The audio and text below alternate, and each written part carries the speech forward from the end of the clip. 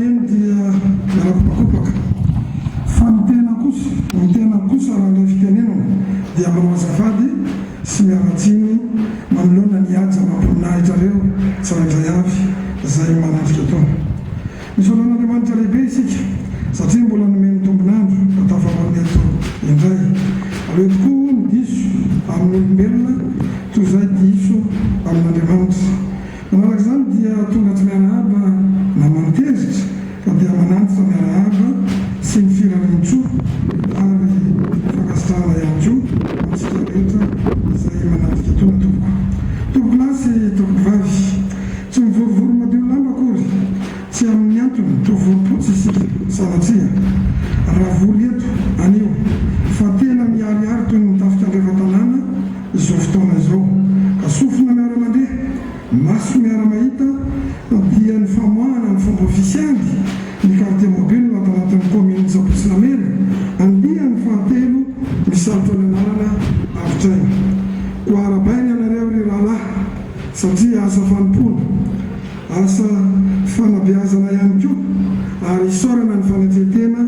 izay naseho anareo. Vanim-potoana lehibe tokoa ny manana famarana na fiofanana tahaka an'izao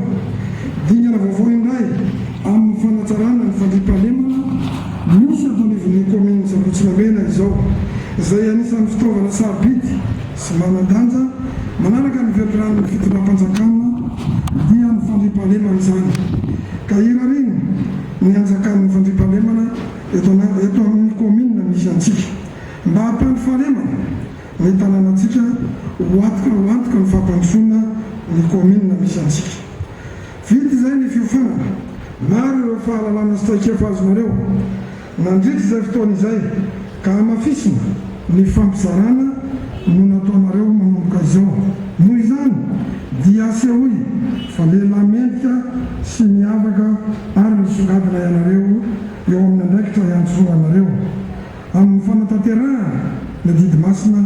eto amin'ny firenena koa mitsodraro anareo aleo alasa amin'ny didy aman'andraikitra iantsoroanareo ny tenanay. Eto mambarana ary dia manantitra ny fisorana sy fakasitrahana ary fankatelemana anao andriamatoko komisara central izay lehibe ny distrika an'Antananarivo avaratrano tamin'ny fampiofanana ireto quartier mobile miisa 720 ireto mitondra ny